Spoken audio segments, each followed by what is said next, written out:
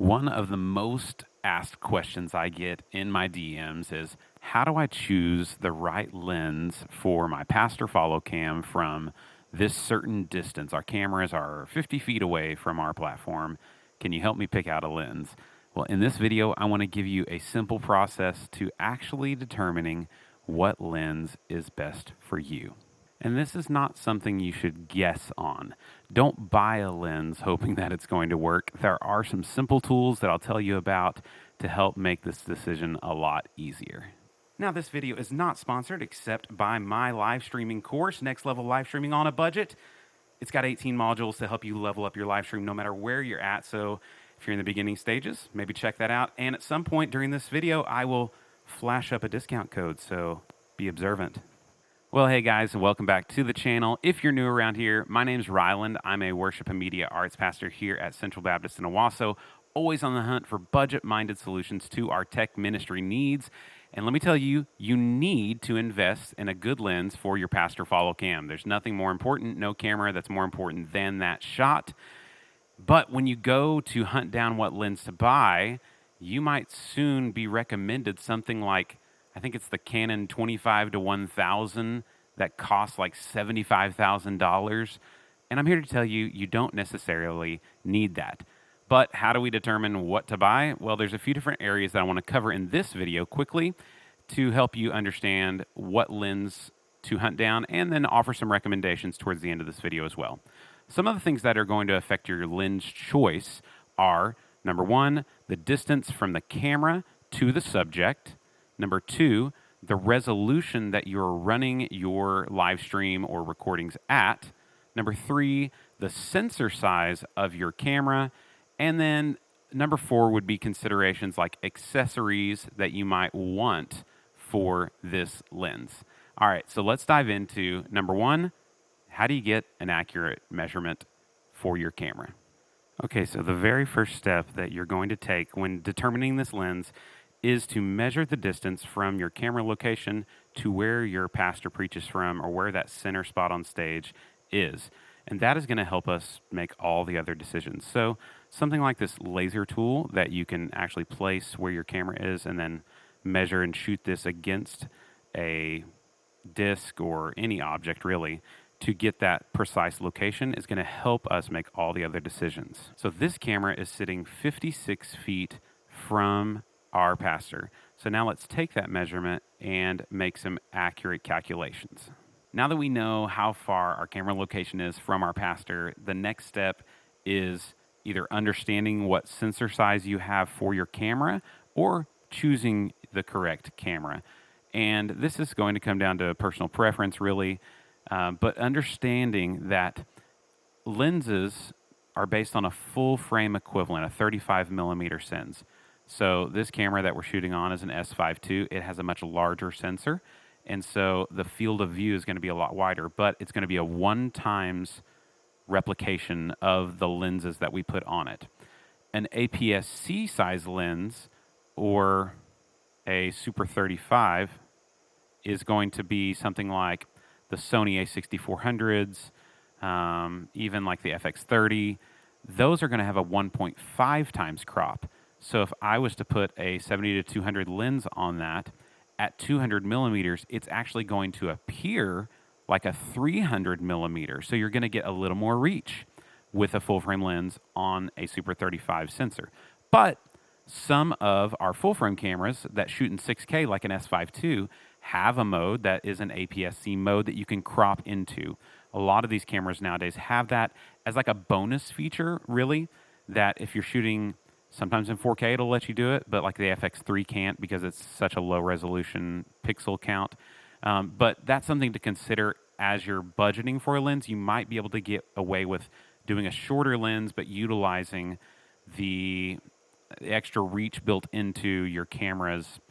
Don't do like digital zoom, but clear image zoom from Sony or teleconverter from Panasonic, and I'm sure Canon has other things too. Even tricks like throwing on stabilization, which we'll talk about later in the video. But the camera that we have currently, this is a long-winded answer to show you, is that we have a GH5, which is a micro four thirds sensor. Any lens we put onto that camera is going to have a 2x crop. So we have that 70 to 200 lens on there, which actually becomes a 140 to 400 millimeter lens if you don't have any focal reducer adapters on it. Anytime you're adapting a lens onto a different mount, EF in our case to micro four thirds, you have options there. And so we have a Metabones speed booster on there, which actually brings the focal length down a little bit, but there are options that are no glass involved and just are going to really utilize the center portion of your lens, since it is a full frame lens, but you're only shooting onto a micro four thirds sensor. That's going to be okay though, because usually the sharpest part of a lens is the center of the lens. So in this location, we have chosen this micro four thirds camera from GH5 from Panasonic. So now let's take that information into a tool to be able to determine what actual lens we need with this camera at this distance. And my favorite tool for this is called Depth of Field Simulator. So here is the interface that is going to give us everything that we need to be able to determine what kind of lens we want. So starting at the top, we're going to configure how we want to use the tool, basic or advanced. I'll just go basic for now. Since I'm in America, I will go with Imperial. And then we can choose what kind of model we want. Let's say our pastor is really tall, or we'll go with a 5'11" man. And then we can choose a different background to kind of see how the depth of field and bokeh is affected. So we'll go with church. The next is camera, and you're going to choose it either by sensor size or camera model. You can dive into this and see what you like, but for testing purposes, a lot of times I just like to leave it on sensor size, and that opens up more lensing options. And so for our setup in here, we know that our GH5 is a micro four thirds sensor. So we're going to choose that. Next is choosing a lens to be able to preview with. And if you're on the default, it just gives you these limited options. A lot of times I will go in and just use the Sigma 60 to 600. And then now, as we zoom this lens in and out, we can see what this would do with our field of view.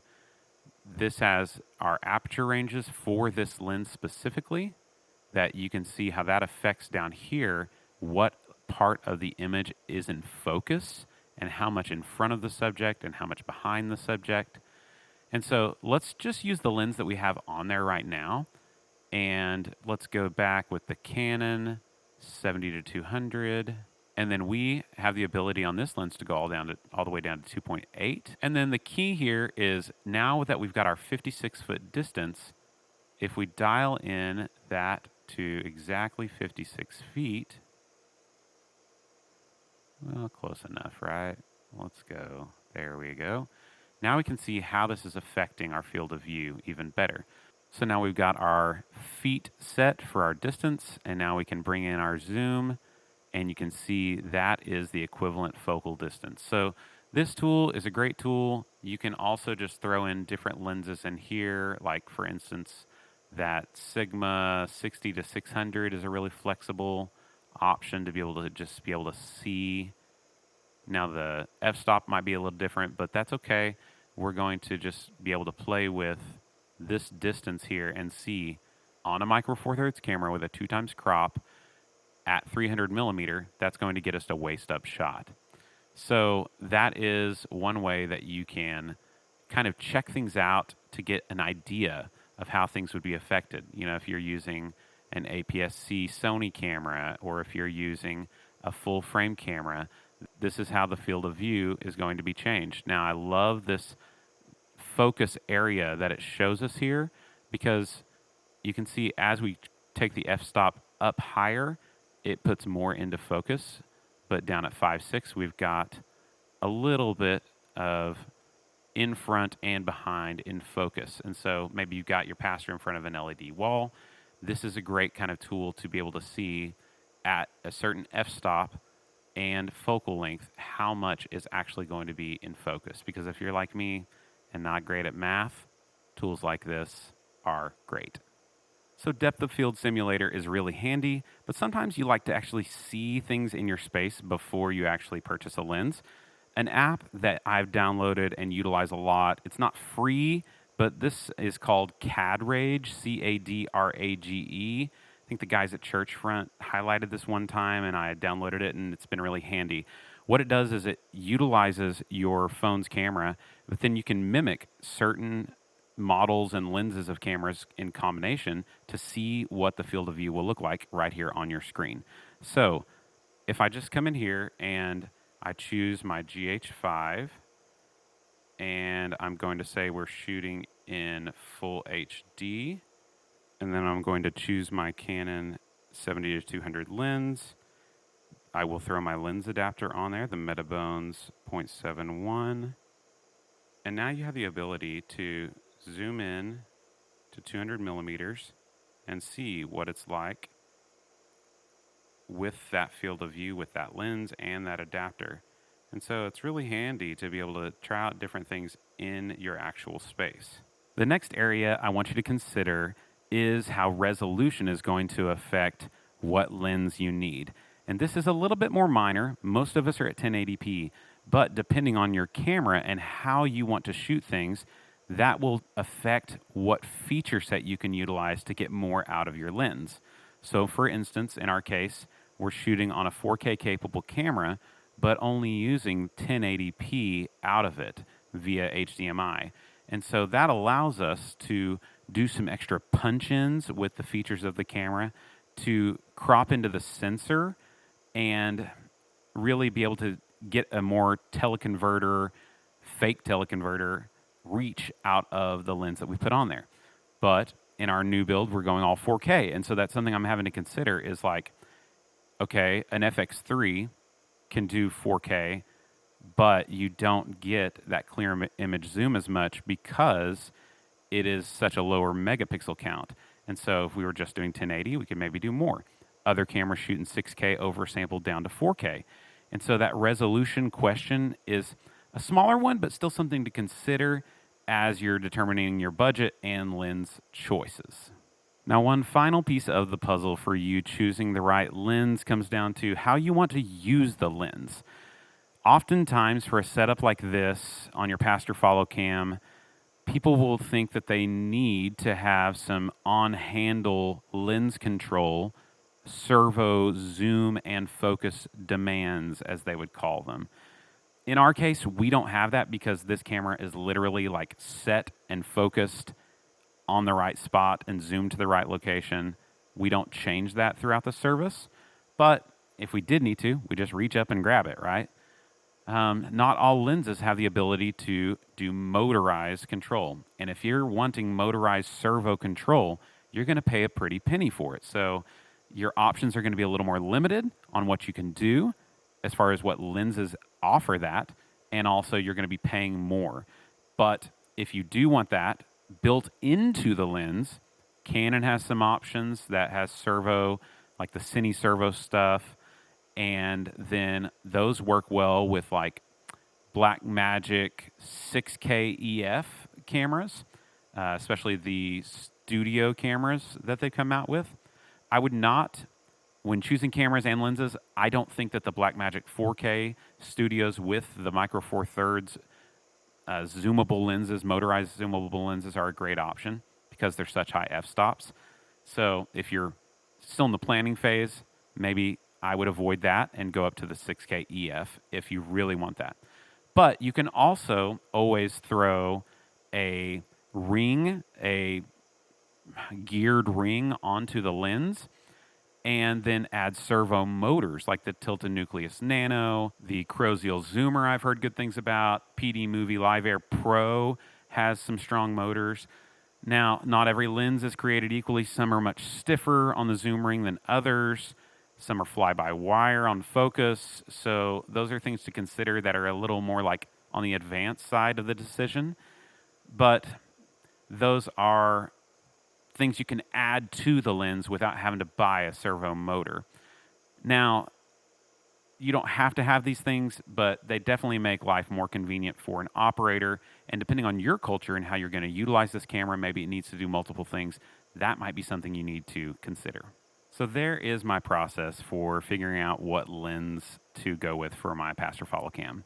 I want to end this video by giving you some recommendations of potential lenses, and you can maybe take these and plug them into those calculators and just see how they combine with whatever camera bodies you currently have. Now, let's say you're running a Panasonic Micro Four Thirds camera. I think that the Panasonic 35-100 f2.8 is still a great option. It's going to give you a lot of light gathering, and then by utilizing the teleconverter function, you can punch in even more. And if you're rocking a Micro Four Thirds camera and you need a little more reach, Olympus has a lens, I believe it's the 45-150 f2.8, that gets you even a little further. One difference with that lens is that it does not offer image stabilization. Now, I said earlier in the video that was something I would touch on. That's kind of a debated topic on, like, should you have image stabilization on the lens if it's on a tripod? Now, in our setting, we leave the stabilization on because we would get micro jitter since our operator is on the same platform as our tripod.